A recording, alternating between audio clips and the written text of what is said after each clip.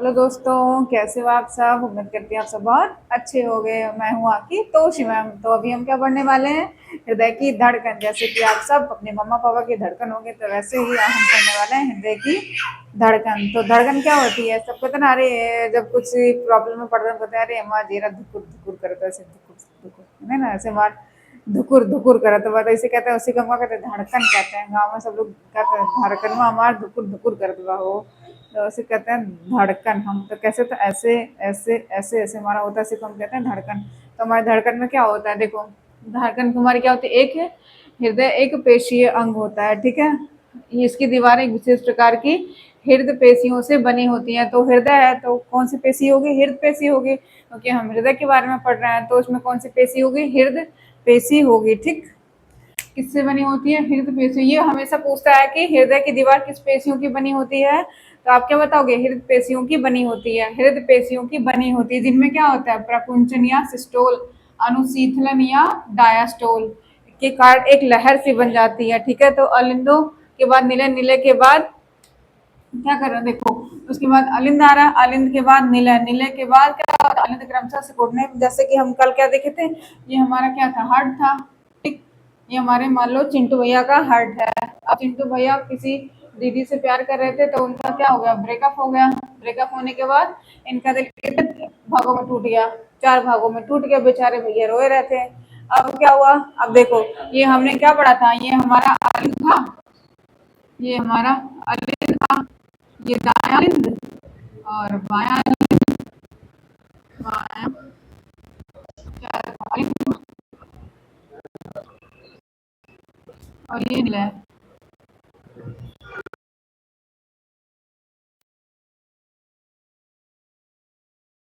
सिकुड़ते फैलते रहते हैं, ठीक है। देखो क्या होता है अब, कि जब हमारा रुधिर इधर से क्या आ रहा था, कार्बन डाइऑक्साइड युक्त ब्लड को लेके यहाँ से आ रहा था, ठीक, यहाँ से आ रहा था। महाशिराएँ जो हो रही थी, वो क्या करती हैं, शिराएँ आपकी कार्बन डाइऑक्साइड युक्त रुधिर को लेके आती हैं। तो शिराएँ महाशिरा लेके आई दाएं अलिंद में, दाएं अलिंद से आया था निलय में, ठीक। तो हम क्या पढ़ रहे हैं कि अलिंद से, मैंने क्या बताया था कि ये हमारा, ठीक, क्या है, देखो ये हमारा अलिंद है, ठीक।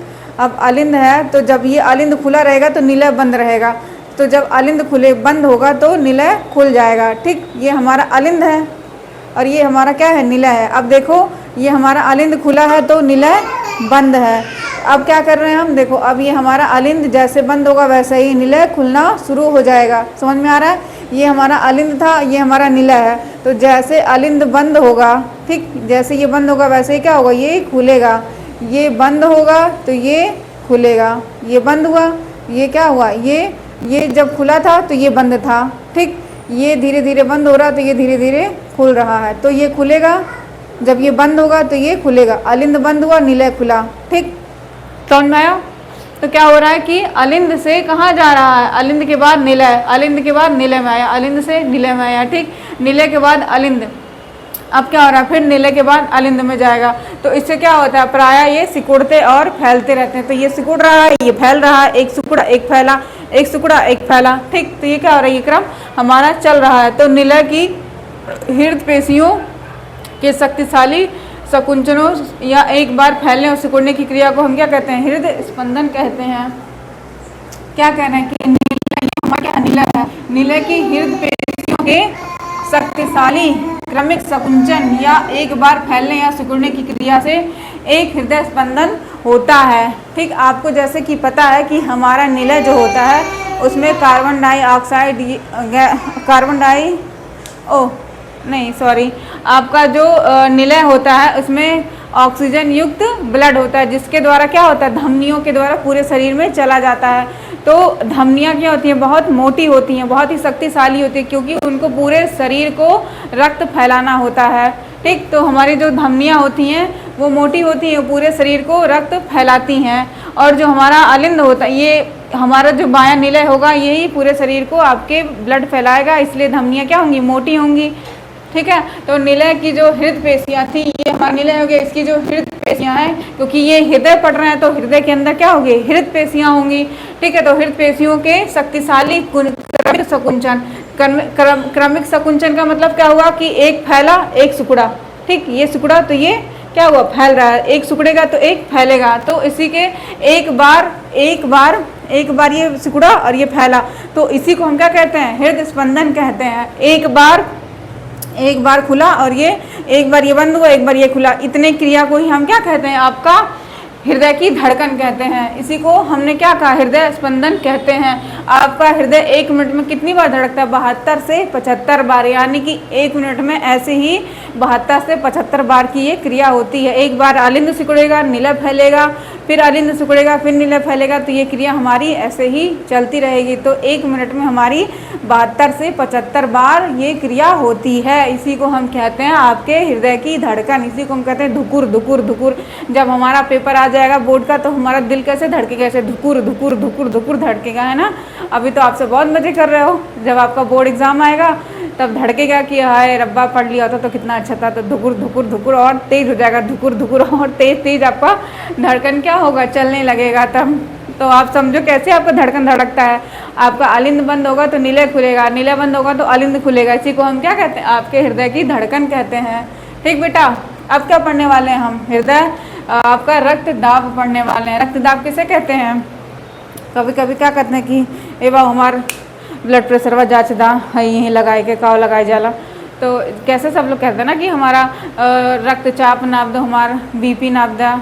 गाँव वाले में आप सभी जानते होंगे, आप गाँव की आम बोलचाल की भाषा में से लोग कहते हैं, ठीक है। तो उसमें कितना आपको, जैसे अभी आप बताओ उनको कि 120 बटे, अभी मैं आपको नीचे पढ़ाऊंगी कितना होता है, तो जब आप बताओगे तो बड़े खुश हो जाएंगे आपके बड़े बूढ़े कि अरे हमारा बच्चा पढ़ रहा है, हमारे बच्चे को पता है सब कुछ, हमारा बच्चा बड़ा होशियार हो गया है, सब पढ़ लेता है, सब जानता है, वो विद्वान हो गया, डॉक्टर बन गया, अब तो उसको पता है कि इतना होता है उसका बीपी। ठीक, तो अब क्या होता है, रक्तदाब क्या होता है, रुधिर प्रवाह का वह दाब जो रुधिर वाहिकाओं की भित्ति के विरुद्ध लगता है।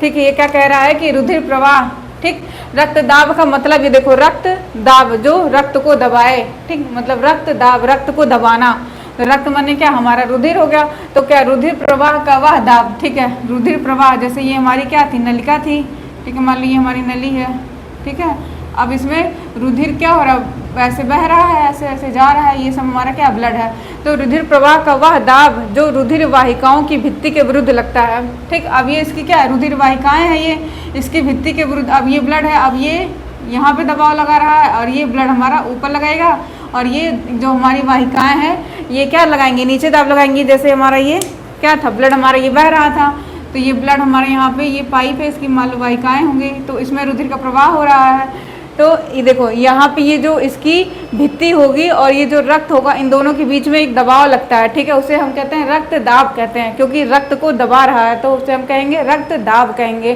तो रक्त दाब कौन कराएगा, आपकी रुधिर वाहिकाएं कराएंगे, ठीक है, कि भित्ति के विरुद्ध लगता है, उसे हम क्या कहते हैं, रक्त दाब कहते हैं। समझ में आया बच्चों, हमारी ये रुधिर की नली थी, इसमें क्या था, रुधिर की वाहिकाएं हैं ये, अब इसमें क्या बह रहा है, रुधिर बह रहा है, हमारा ब्लड बह रहा है, तो कुछ फ्लो तो पानी का आपके रुधिर का भी होगा और कुछ दबाव कौन लगाएगा, आपकी वाहिकाएं लगाएंगी, तो एक ऊपर से लगाएगा, ये नीचे से लगाएगा, तो वही जो दाब होता है उसी को हम क्या कहते हैं, रक्त दाब कहते हैं। तो यह दाब देखो कहाँ हुआ, शिराओं की अपेक्षा धमनियों में अधिक होता है। ठीक, कल वाले ट्रिक आपको याद है ना, जो मैंने बताया था कि धमनियों में कौन सा होता है, शुद्ध रुधिर होता है या शिरा में शुद्ध रुधिर होता है, याद है ना सबको, मुझे कमेंट करके बताना। तो दाब शिराओं की अपेक्षा धमनियों में अधिक होता है। क्यों अधिक होता है, क्योंकि शिराएं देखो, शिराएं आपकी क्या करती हैं, शिराएं आपकी अशुद्ध ब्लड को लेके जाती हैं, CO2 को लेके जाती हैं, जबकि धमनियाँ क्या करती हैं, आपके O2 को लेके जाती हैं, पूरे ऑक्सीजन रहित ऑक्सीजन युक्त ब्लड को पूरे शरीर में पहुंचाती हैं। इसलिए क्या होती है, धमनियाँ मोटी होती हैं जबकि शिराएं पतली होती हैं। याद रखना, शिराएं कैसी होती है, मैंने कल क्या बताया था कि आपके सर के बाल गंदे होते हैं, आप धुलते हो उसको, तो इसलिए शिराएं क्या होती हैं, अशुद्ध होती हैं। अशुद्ध मतलब उसमें कार्बन डाइऑक्साइड युक्त गैस होता है, जबकि धमनियाँ क्या होती हैं, अब शिराएं अगर अशुद्ध तो जाहिर सी बात है कि धमनियाँ कैसी होंगी, शुद्ध होंगी। ठीक, तो शिराएं कैसी होती हैं, आपकी पतली होती हैं, जबकि धमनियाँ कैसी होती हैं, आपकी मोटी होती हैं। अब शिराएं देखो, सिर है तो शिराएं ये पतली होती हैं, और धमनियाँ कैसी होती हैं, अब जब शिराएं आपकी पतली हैं तो उसका उल्टा कर दो तो धमनियाँ कैसे हो जाएंगी, मोटी हो जाएंगी। याद रहेगा ना, ये सब आपकी याद करने के लिए कि आपको याद करने में आसानी हो। ठीक है बेटा, तो हमने क्या देख लिया कि शिराएं कैसी होती हैं, पतली होती हैं, क्योंकि इनको क्या होता है, कार्बन डाइऑक्साइड युक्त ब्लड को लेके आना होता है, जबकि धमनियाँ क्या करती है, पूरे शरीर में ऑक्सीजन युक्त ब्लड को पहुंचाती हैं, इसलिए क्या होता है, ये मोटी होती हैं। ठीक है, जैसे कि आप देखो, मैंने आपको यह बताया था ना, यहाँ पे क्या होती है, हमारी महाधमनी होती है, जो क्या करती है, यहीं से ब्लड को लेके जाती है, यहीं से ये, क्योंकि ये एक पाइप है तो यहाँ से इसी एक पाइप से पूरे शरीर के लिए ब्लड आपका निकलेगा। तो यहाँ पे क्या होगा, ये मोटी होगी क्योंकि इसको ज़्यादा प्रेशर झेलना है। ठीक है, जो मोटा होगा वो ज़्यादा प्रेशर झेलेगा, जो पतला होगा वो कम प्रेशर झेलेगा। ठीक, तो ये बहुत ही, मान लो ये मोटी दीवार है तो इसके अंदर ब्लड, क्योंकि इसके अंदर बहुत सारी ब्लडें जाएंगी, तो अगर ये पतली होगी तो ये फट नहीं जाएगी, फट जाएगी, है ना। तो इसलिए इसकी दीवार क्या होती है, धमनियों की दीवार मोटी होती है, क्योंकि इसमें से ज़्यादा ब्लड को जाना होता है, क्योंकि ये क्या है, आपकी धमनी है। अब यहाँ से पूरे शरीर के लिए ब्लड सिर्फ इसी एक पाइप से जाना है, तो ये मोटा होगा, मजबूत होगा, तभी तो इसके प्रेशर को, ब्लड के प्रेशर को झेल पाएगा। अगर ये पतला होगा तो ये जैसे ब्लड निकलेगा वैसे क्या होगा, ये फट फुट के अपना किनारे हो जाएगा। लेकिन ये मोटा होता है क्योंकि इसको पूरे शरीर के लिए रुधिर लेके जाना होता है, इसीलिए इसकी मोटाई क्या होती है, ज़्यादा होती है, और सिराओं की क्या होती है, कम होती है। अगर ऐसे नहीं याद हो रहा है तो आप ऐसे याद कर लो कि आपके सर के बाल कैसे होते हैं, पतले होते हैं। तो अगर सिरा के बाल पतले हैं, सिरा अगर पतली है तो धमनिका क्या होगी, मोटी हो जाएगी। याद रहेगा ना, ठीक, वेरी गुड। अब देखो, सामान्य प्रकुंचन दाब लगभग कितना होता है, 120 होता है, मतलब सिस्टोल क्या होता है, 120 होता है, और डायस्टोल कितना होता है, अनुशीलन दाब लगभग 80 होता है। तो सिस्टोल कितना होगा, 120, और डायस्टोल कितना होगा, 80। तो सिस्टोल बटे डायस्टोल बराबर कितना हो गया आपका, 120 बटे 80 होना चाहिए। तो देखो आपका सिस्टोल क्या होता है, जैसे मैंने अभी क्या बताया कि जो सिस्टोल होगा सिकुड़ना, सिस्टोल सिकुड़ना, और डायस्टोल फैलना। तो सिस्टोल जब सिकुड़ेगा अलिंद तो सिस्टोल, और जब ये नीला आपका फैलेगा तो उसी को हम क्या कहते हैं, डायस्टोल कहते हैं। ठीक है, तो हमारा सिस्टोल और डायस्टोल कितना था, 120 बटे 80 होता है। सिस्टोल कितना होगा आपका, मतलब कि प्रकुंचन कितना होगा, 120 होगा, और अनुशीतलन कितना होगा आपका, 80 mm होता है। रक्तदाब मापने के लिए हम किसका प्रयोग करते हैं, स्फैग्नोमैनोमीटर का प्रयोग करते हैं। किसका प्रयोग करेंगे, स्फैग्नोमैनोमीटर का प्रयोग करते हैं हम। वो जो आपके ऐसे पट्टा जैसे लगाते हैं ना, फिर उसको नापते हैं तो पारा कितना चढ़ा, तो उसी को हम कहते हैं स्फैग्नोमैनोमीटर। आप सभी ने देखा होगा, ज़्यादातर लोगों ने देखा होगा, कोरोना में तो ज़्यादातर लोगों ने अपने पास खरीद के रखा था अपना BP नापने के लिए। तो क्या होता है, उसको हम पट्टे को अपने हाथ में लगाते हैं और उसमें वो लगा होता है, उसको हम टाइटली बंद कर लेते हैं, जिससे क्या होता है, हमारी नसों कितनी तेज़ी से उसका प्रवाह चल रहा है, कितनी तेज़ी से नहीं चल रहा है, उसी का दबाव वो बताती है। ठीक है, तो मशीन को क्या होती है, स्फैग्नोमैनोमीटर का हम प्रयोग करते हैं। ठीक बेटा, अब देखो, उच्च रक्तदाब को हम क्या कहते हैं, अधिक तनाव भी कहते हैं। इसी को हमने रक्तदाब देख लिया, नॉर्मल रक्तदाब हमारा कितना था, 120 बटे 80 है। अब जब 120 से ज़्यादा हो जाएगा, 130, 140, 150, 160, 180, तो इसको हम क्या कहते हैं, अति तनाव की अवस्था कहते हैं, या हाइपर BP कहते हैं। ठीक है, तो अधिक तनाव में क्या होता है, इसका कारण क्या होता है, धमनियों का सिकुड़ना होता है। ये देखो, ये हमारी क्या थी, धमनी थी। ठीक, अब धमनी अगर सिकुड़ जाएगी तो ब्लड कैसे आएगा, क्योंकि सारा ब्लड तो आपके धमनियों से आता है, जितना भी ऑक्सीजन युक्त ब्लड होता है वो आपकी धमनियों से आता है। अगर धमनियाँ ही सिकुड़ जाएंगी तो आपके ब्लड का फ्लो भी तो कम हो जाएगा। मान लो इतना मोटा पाइप था, ठीक, ये हमारी धमनी है, अब ये सिकुड़ के इतनी छोटी हो गई तो इसमें से ब्लड का फ्लो तो ज़्यादा ही है, लेकिन क्या हो रहा है, अब ये पाइप तो, अब ये हमारी नली छोटी हो गई है, तो इस छोटी नली में से रक्त को बहने में तो दिक्कत होगी ना। तो उसी को हम क्या कहते हैं, जब ये छोटी हो जाए, सिकुड़ जाए, तो इसको हम कहते हैं अति तनाव की अवस्था। ठीक है, इसमें क्या होता है, धमनियाँ आपकी सिकुड़ जाती हैं, या धमनियों की ल्यूमेन का सकरा होना हो जाता है। वही मैंने कहा कि ये जो गुहा होती है, ये कैसी होती है, ये सकरी हो जाती है, पतली हो जाती है। ठीक है, तो इसमें से ब्लड का फ्लो आसानी से नहीं हो पाता है। ठीक है, अब इससे क्या हो रहा है, अब देखो, इस रक्त प्रवाह में प्रतिरोध बढ़ जाता है, जिसके कारण धमनियाँ क्या होती हैं, फट जाती हैं। अब अगर ये जितना, मान लो कि ये हमारी पाइप थी, ठीक है, अब ये इस पाइप में कैपेसिटी है कितने की जाने के लिए, मान लो ये पाइप है, अब ये पाइप में जाना है, इसको, इसके पास इतनी पाइप थी, इसमें से इतना ब्लड आपका जा रहा था। ठीक है, ऐसे समझो कि ये हमारी, ऊपर का मैं मिटा देती हूँ।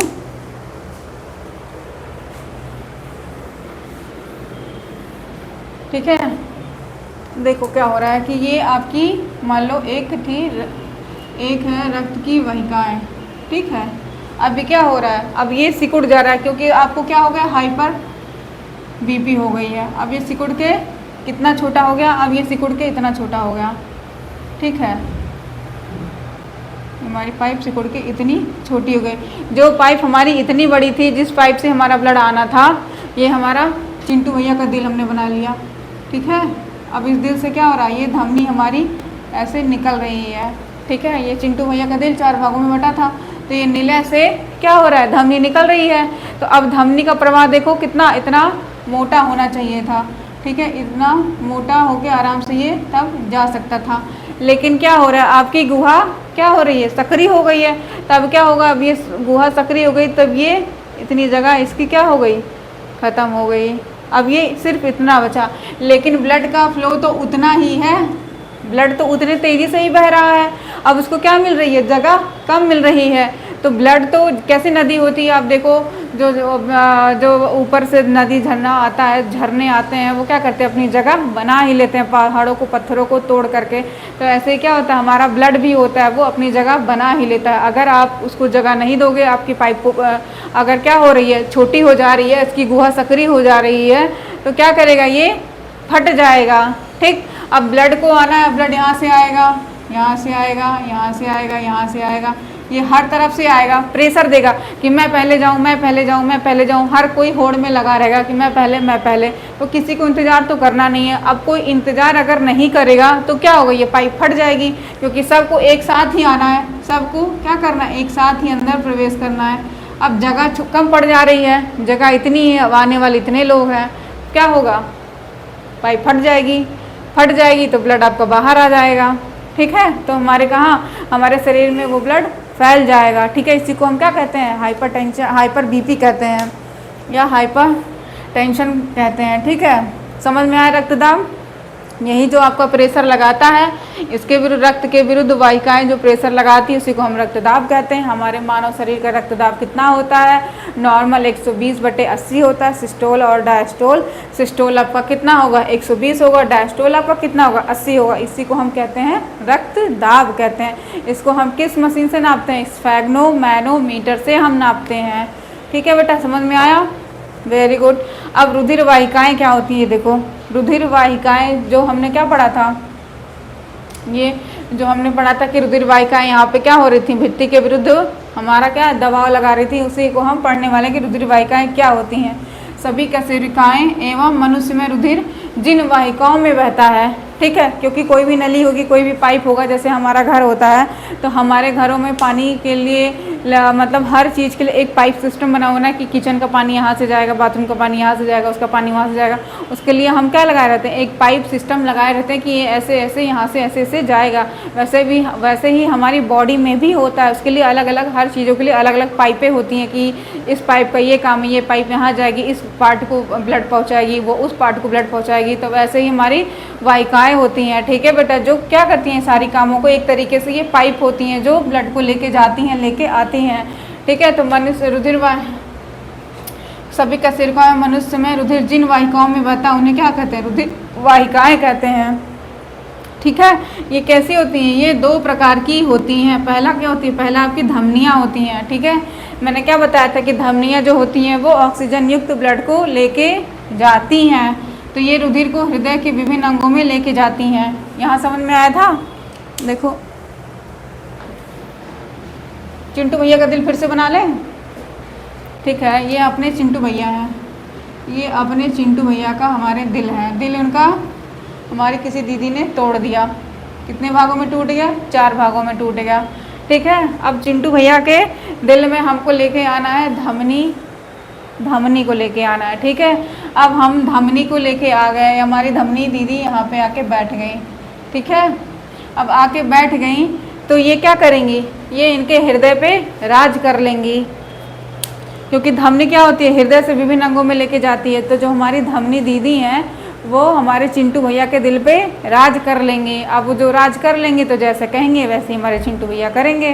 तो हम क्या कह रहे हैं कि हमने क्या देखा कि जो धमनी दीदी हैं वो हृदय से पूरे शरीर को रुधिर लेके जाती हैं। तो हमारे चिंटू भैया के दिल पे राज कौन कर लिया? हमारी धमनी दीदी राज कर ली। इनका दिल टूट गया एक बार, अब दिल टूटने के बाद कैसे कि फिर से प्यार हो जाता है, ऐसे ही हमारे चिंटू भैया को धमनी दीदी से प्यार हो गया। अब धमनी दीदी से प्यार हो गया तो धमनी दीदी इनके दिल पे राज करने लगी।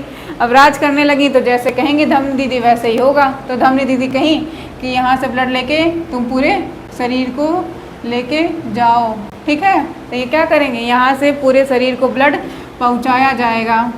ये हमारी पूरी बॉडी है, ठीक है बेटा। तो यहाँ से क्या हो रहा है, चिंटू भैया के दिल पे धमनी दीदी राज कर ली। राज करने के बाद उन्होंने क्या कहा कि तुम पूरे शरीर को ब्लड पहुँचाओ। अब इंसान भाई किसी के प्यार में होता है तो जो कहेगा वो करना ही पड़ेगा उसको, नहीं तो क्या हो जाएगा, फिर से ब्रेकअप हो जाएगा। तो अब भैया का दिल तो एक बार पहले ही टूटा हुआ था, तो बेचारे डरे सहमे थे कि बोले ठीक है धमनी दीदी कह ही रही हैं तो कर ही लेते हैं। तो धमनी दीदी ने बोला कि भाई तुम हमारा जो खून है वो पूरे शरीर को पहुँचाओ। तब ये पूरे शरीर को हमारे धमनी दीदी पहुँचाई, ठीक है। अब क्या हो रहा है कि हमारी जो धमनियाँ थी वो हृदय से विभिन्न अंगों में लेके जाती हैं रुधिर को। तो हमारी धमनी दीदी हृदय से पूरे शरीर को रुधिर पहुँचाती हैं, ठीक है। यहाँ पे हमारी क्या थी, धमनी थी, क्योंकि यहाँ से क्या हो रहा था, ब्लड शुद्ध होके यहाँ पे हमारे फेफड़े, हमारे फूफा जी बैठे थे। ये हमारे फेफड़े हैं, फुफ्फुस, फुफ्फुस, ठीक है। ये हमारा क्या है, फुफ्फुस है, ये हमारे फूफा जी हैं। फूफा जी ने क्या किया था, इसको शुद्ध कर दिया था, ठीक है। ब्लड को, रुधिर को शुद्ध कर दिया। अब यहाँ पे ऑक्सीजन युक्त ब्लड आ गया। अब यहाँ पे क्या था, बाइकस्पिड वॉल था जिसके द्वारा ब्लड कहाँ आ गया, आपके नीले में आ गया। अब नीले में क्या हो गया, नीले से पूरे शरीर को, मैंने क्या बताया था कि ये पूरे शरीर को बांट दिया जाएगा, ठीक है। अब हमारी धमनी दीदी ने कहा कि पूरे शरीर को बांटना है तो पूरे शरीर में बट गया। तो समझ में आया, धमनियाँ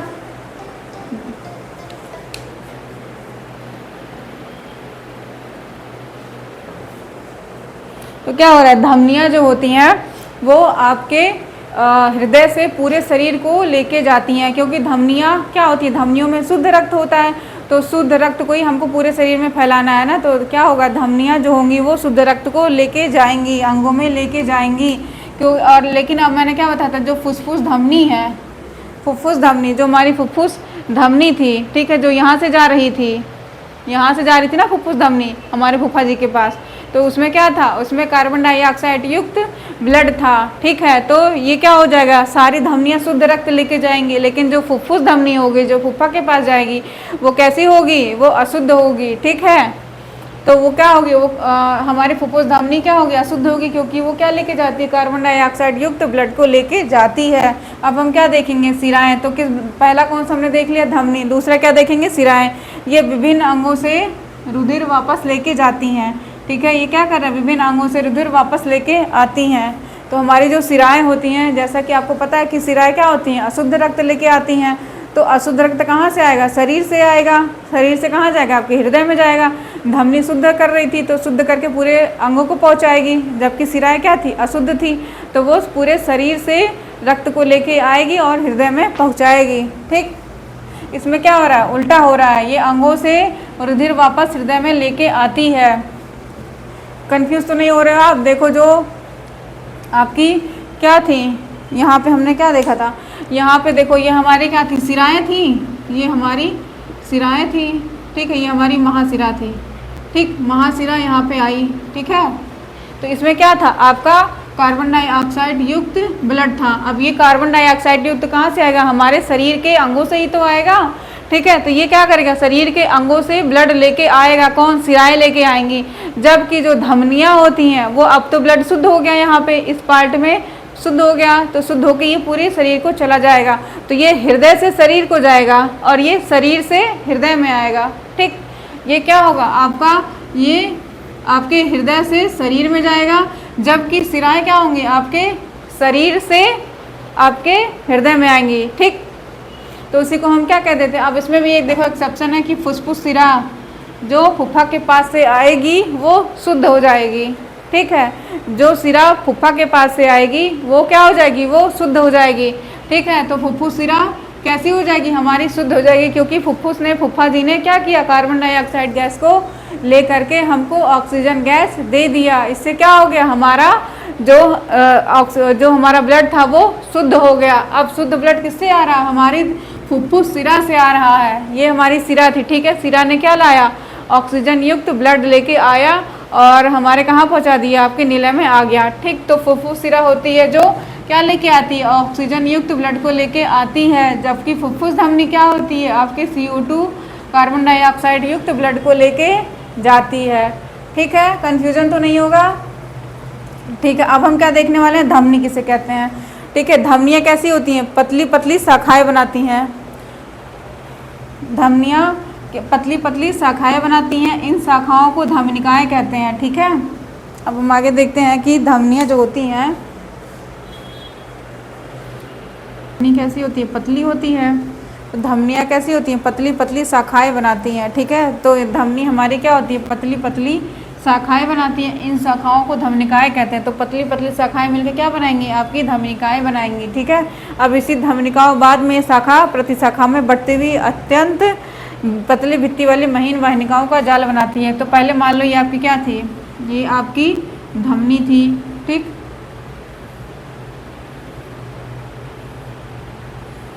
ये हमारी क्या थी, धमनी हो गई, ठीक है। अब धमनियाँ पतली पतली शाखा वाली शाखाओं को धमनिकाएं कहते हैं। ये धमनी थी, ये पतली पतली शाखाएं बना ली, ठीक है। अब शाखा को हमने क्या कह दिया, धमनिकाएं कह दिया। बाद में ये शाखा फिर और शाखा में बढ़ गई, फिर ये शाखा क्या हुई, और शाखा में बढ़ गई, ठीक। ऐसे शाखा में बढ़ती चली गई, ठीक है। तो क्या हुआ, शाखा शाखा में बढ़ती हुई अत्यंत महीन वाहिनिकाओं का जाल बनाती है, ठीक है। अभी क्या एक जाल की तरह बनाती चली जाती है, जिन्हें आप क्या कह दिए, केशिकाएं कह दिए। तो अब ये पहले क्या बनी, धमनी बनी, धमनी के धमनिकाएं बनी, धमनिकाओं से क्या बन जाएगा, ये इन जाल को हम क्या कह दिए, केशिका कह दिए, ठीक है। ये ऐसे आगे बढ़ती चली जाएंगी और जाल पे जाल और पतली पतली जाल बनाएंगी और पतली पतली जाल, ठीक है, एकदम पतली पतली जाल बनाएंगी, ठीक है। इन्हें क्या कहेंगे, केशिकाएं कहते हैं। केशिकाएं धमनिकाओं और सिराओं के बीच क्या बनाती हैं, जो हमारी केशिकाएं होती हैं वो धमनी और सिराएं के बीच क्या बनाएंगी, केशिका जाल बनाती हैं, ठीक है।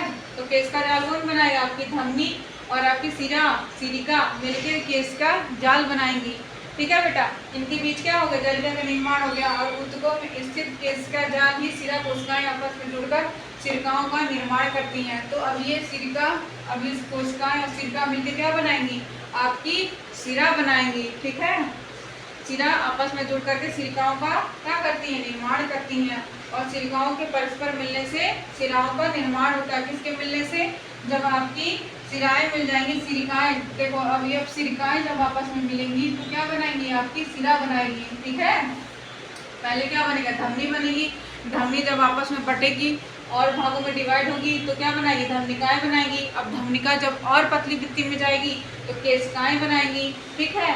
अब क्या कह रहा है कि जब धमनिकाएं और सिरिका आपस में मिलेगी, ठीक है, फिर कोशिका भी जब और पतली भित्ति में जाएगी, मान लो एक बहुत मोटी थी, मान लो जो आपकी धमनी थी, आपकी धमनी क्या होगी, इतनी मोटी है, ठीक है। अब इतनी मोटी, अब धमनिकाएं क्या होगी, इससे थोड़ी सी पतली हो जाएंगी।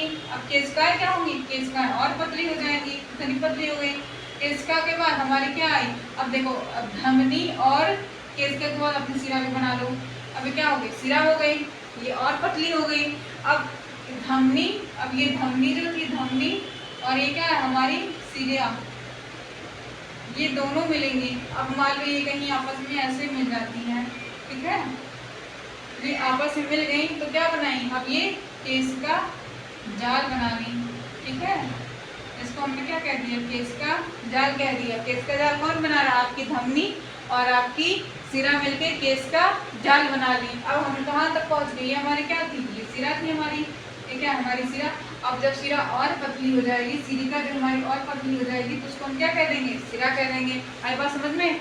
पहले धमनी बहुत मोटी थी, फिर धमनी बटी और छोटे छोटे पार्ट में बची और छोटे छोटे भाग में डिवाइड हुई तो धमनिकाएं बनाई। फिर धमनिका से और छोटी हुई और डिवाइड हुई तो क्या बनाई, केशिकाएं बनाई। फिर केशिका से और पतली हुई तो क्या बनी, सिरका बनी। अब सिरका, अब देखो अब क्या बनेगा, जब धमनी और जब सिराएं मिल जाएंगी, अब ऐसे मान ली यहाँ पे मिल गई तो यहाँ पे पतली सी जाल बना ली। तो ये जो ऐसी जाल बनाएंगी इनको हम क्या कहेंगे, केशिका जाल कहेंगे। अब सिरका हमने बना लिया था, अब सिरका के बाद क्या बन जाएगी, हमारी सिरा बन जाएगी। सिरका और पतली हुई तो सिरा जाके बन गई, ठीक है। इसी को हम क्या कहते हैं, आपकी धमनी और सिरा। तो आपको जैसे कि पता है कि धमनी क्या होती है, धमनी जो होती है वो शुद्ध रक्त को लेके जाती है, जबकि जो सिराएं होती हैं वो अशुद्ध रक्त को लेके जाती हैं।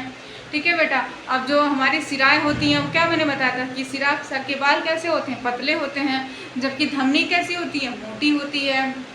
अब इसमें क्या होता है, ब्लड आपका आगे की तरफ बहता है। आपकी धमनियों में क्या होता है, ब्लड आपके हमेशा आगे की तरफ बहता रहता है। देखो जैसे ये हमारी क्या हो गई, अब ये हमारी धमनी थी, धमनी हमारी मोटी हो गई। ठीक है। और सिरा कैसी थी, सिरा ऐसी पतली सी है, सिरा बहुत ही पतली, मतलब हमारे बाल के 100 गुने के से भी पतली होती है। ठीक है। सिराएं बहुत ही ज़्यादा पतली होती हैं। ठीक। तो हम क्या बता रहे थे कि जो हमारी सिराएं होती हैं वो पतली होती हैं, और जो हमारे क्या होती है, जो हमारा धमनी होता है वो कैसा होता है, वो मोटा होता है। लेकिन क्या होता है, ये इसमें तो ये हमारे कहाँ से आ रहा है, हृदय के नीले से आ रहा है, तो इसमें ब्लड आगे की तरफ ऐसे बहता चला जाएगा। जबकि क्या होता है, इसमें ब्लड आगे भी जा सकता है और पीछे की तरफ भी ऐसे जा सकता है। लेकिन इसमें क्या होता है, ब्लड पीछे की तरफ ना जाए, इसके लिए इसमें क्या होता है, कपाट लगा होता है। ऐसे इसमें कपाट लगा होता है, जिससे ब्लड का हमेशा आगे की तरफ ऐसे बहता हुआ चला जाए। इसी कपाट के द्वारा क्या हो, ब्लड आपका आगे की तरफ बहता हुआ चला जाता है। तो आपकी धमनी कैसी होती है, मोटी होती है, जबकि सिराएं कैसी होती हैं, पतली होती हैं। इनमें क्या होता है, ये खाली होने पर भी क्या होती है, जैसे अब ये इतनी मोटी सी है, ठीक है, अगर इसमें ब्लड नहीं भी आ रहा है तो भी क्या रहेगी, ये खाली रहेगी।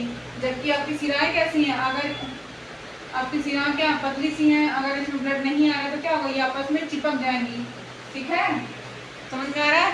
धमनी हमारी कैसी थी, मोटी थी, जबकि सिराएं कैसी थी, आपकी पतली थी। तो ये आपस में चिपके ना, इसके लिए क्या होता है, इनमें ब्लड अगर नहीं है तो ये आपस में क्या होगी, चिपक जाएगी। ठीक है। ये क्या होता है, ये जो आपकी धमनी होती है बेटा, धमनी प्राय कहाँ होती है, त्वचा से दूर होती है। धमनी कहाँ होगी, आपके त्वचा से दूर होगी। ठीक है। क्योंकि ये अच्छा, ये जो दिख रही है ना, आपकी जो नीली नीली सी दिख रही है, ये सब क्या होती हैं, आपकी सिराएं होती हैं। ठीक है। ये क्या होगी, ये त्वचा में त्वचा से दूर होती है, त्वचा के बहुत अंदर होती है, जबकि ये कहाँ होती है, हमारे ऊपर ऊपर ही होती हैं। ये हमारे शरीर के, हमारे त्वचा के ऊपर ही होती है, जबकि ये कहाँ होती है, आपकी धमनियाँ शरीर के अंदर होती हैं। ठीक है बेटा। ये कैसी होती है ये, और इसका कलर कैसा होता है बेटा, ये गुलाबी रंग की होती हैं। कैसी होती हैं, ये गुलाबी होती हैं। ठीक है। जबकि इनका रंग कैसा होता है, चटक होता है। जैसे अब ये शरीर के अंदर ये तो दिख नहीं रहा, लेकिन देखो ये जो आप सभी को आप सब अपनी अपनी हथेलियाँ देखो, अपनी देखो नाड़ी, तो इसमें देखो आपको सबको यहाँ पे दिख जाएगा। ठीक है। तो ये सब क्या होती है, हमारी सिराएं होती हैं, जो कैसी होती हैं, बहुत पतली होती है, जो हमारे शरीर के समीप ही स्थित होती हैं। लेकिन जो हमारी धमनी होती है, ये कहाँ होती है, हमारे शरीर में त्वचा में अंदर होती है। ठीक है बेटा। अब समझ में आएगा ना, धमनी और सिराएं क्या होती हैं, धमनी सिराओं में अंतर क्या होता है, कौन शुद्ध रक्त लेके जाता है, कौन अशुद्ध रक्त लेके जाता है। ठीक है बेटा, समझ में आया है। तो आप मेरे चैनल को लाइक करो, सब्सक्राइब करो और अपने दोस्तों के साथ शेयर भी करो। ठीक है बेटा।